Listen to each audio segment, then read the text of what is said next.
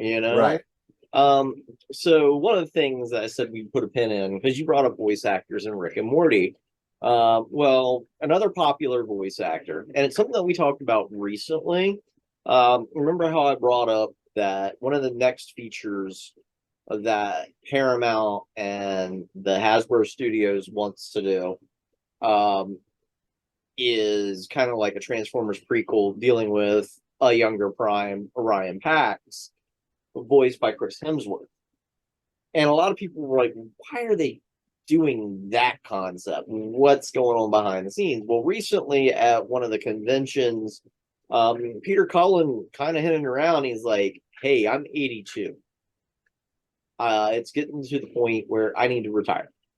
And you notice how he says, I need to, not want to. And the man's 82. I mean, eventually he's going to pass. I hate to say it. But Peter, he says, yeah, I'm probably going to have to retire at some point.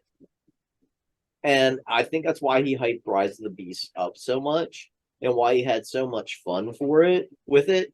Because I think at that point he realized that was going to be his last project. And I know Rise of the Beast has gotten a lot of intriguing hate to it, but now there's a lot of fanboys going back and re-examining it now that's on Paramount and things of that nature. And it's a fun movie. You just have to forget that the Bay series did not happen. Bumblebee did, and everything after Bumblebee is part of that continuity. But I think what's happening is, and again, just a theory, us conspiracy theorists here, is now that basically Colin has said, hey, I'm 82. I love doing this. I wish I could do this forever, but I'm 82. I'm not going to live forever, I got to voice the self-transforming Transformer and this one last feature, but you're not going to get another series or cartoon, or maybe not even another movie out of it, because you figure it takes about a year or two before a movie actually is filmed and comes out.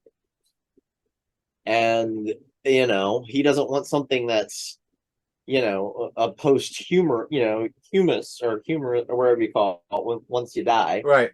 He wants it to end on a high note and not be, hey, this is my last film and it only stand for that merit. He wants it to be, hey, this is a movie I did before I went into retirement.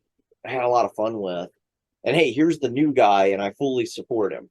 Because he supports Alan Tudyk doing the voice in Earthspark. And Alan Tudyk does a great voice of Prime.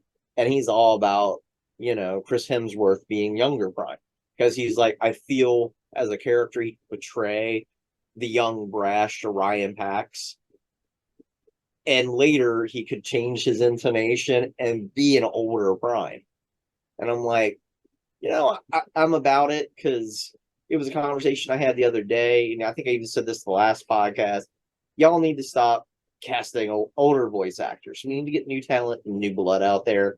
And because life is not infinite.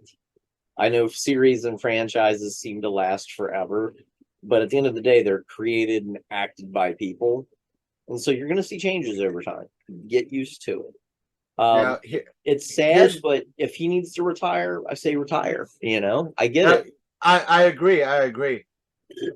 But I want to say, if Hasbro and everybody was smart, they say, hey, listen, we know we want you to retire, but how about we go out with a swan song?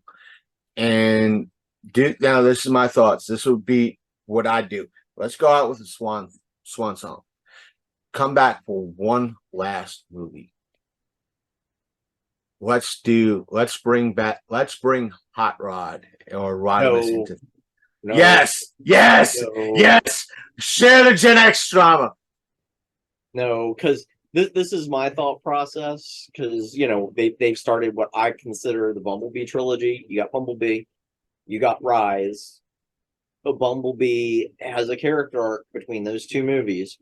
I'm like, or give it to Bumblebee. Yeah, that's what I'm saying. Give it to B. Make B Hot Rod, the next Bumblebee. Goldbug. No, Goldbug never happened. We don't discuss Goldbug here. But in a way, have Prime pass. It's like insert boo this man. Boo. Have Prime pass and hand off. Granted, in this universe, there is no matrix of leadership, but kind of, sort of, not exactly, but it's but you still have him hand off that Prime, that title of Prime. If there's or that way, if there is the theories of that matrix of leadership in the Bumblebee new timeline, he gets to hand it off to Bumblebee or, somebody equally. It's been Bumblebee that's been the constant. Hand it off to fans are not going to like it. Fans are not going to like it. But this is how I would do it, because I'm a sick, twisted fuck. They've already kind of hinted at time travel, because with Rise of the Beast, they brought in the Maximals. And even, Optimus Primal makes the statement of, I'm from your future and your past. And so time travel was already an element. Do a movie that starts out on a war-torn Earth, where the Decepticons have finally won the war, and the only surviving Autobot is a heavily re-engineered Bumblebee, and have that go back in time and be like, hey, this is the pivotal point of the war. Megatron, because we haven't had any sort of hints of Megatron in this new series of films, and then you finally cap it with some serious Megatron shit, because Frank Welker's still kicking it. He's still voice acting. And you can have, like, the final Prime and Megatron confrontation. And you can have, like, this whole plot point with Old B confronting Young B, and hey, this is where you can step in and change the time of the war, but you need to step up and be a leader and accept the fact that Prime is going to die, and that it's not time to give up, it's time to step up. And I think it would make a complete character arc, and I think it'd be something that would work for the fans. It's one of those things that I would have to find, it would have to be fine-tuned, but that's how I would go with it. I'm like, yes, time travel sucks, but it'd be kind of cool to do a Transformers Days of Future Past, to kind of reference X-Men, but not a film that sucks. But it almost would have a original Transformers the movie kind of vibe, because that's how they kind of they've already set up Unicron. They already set up Unicron, but with the original movie, for the folks not watching, who are youngins and not familiar with the old school movie, watch it. It's probably somewhere. Hot Rod became Rodimus Prime. It was pretty much his main story arc. He was young, dumb, and not just brash as a Hot Rod. And if you want to have that in there, you could have Rodimus leading the surviving Autobots, and who is the one that sends, Road Warrior B to the past. Right. And I think that could be interesting and complete the cycle. Basically, hey, you need to step up and talk to your older self and prevent Megatron from doing whatever he's going to do. You could even probably throw in the reformatting, but let's not call him Galvatron, because that's kind of lame. We don't want to do too many Bay throwbacks.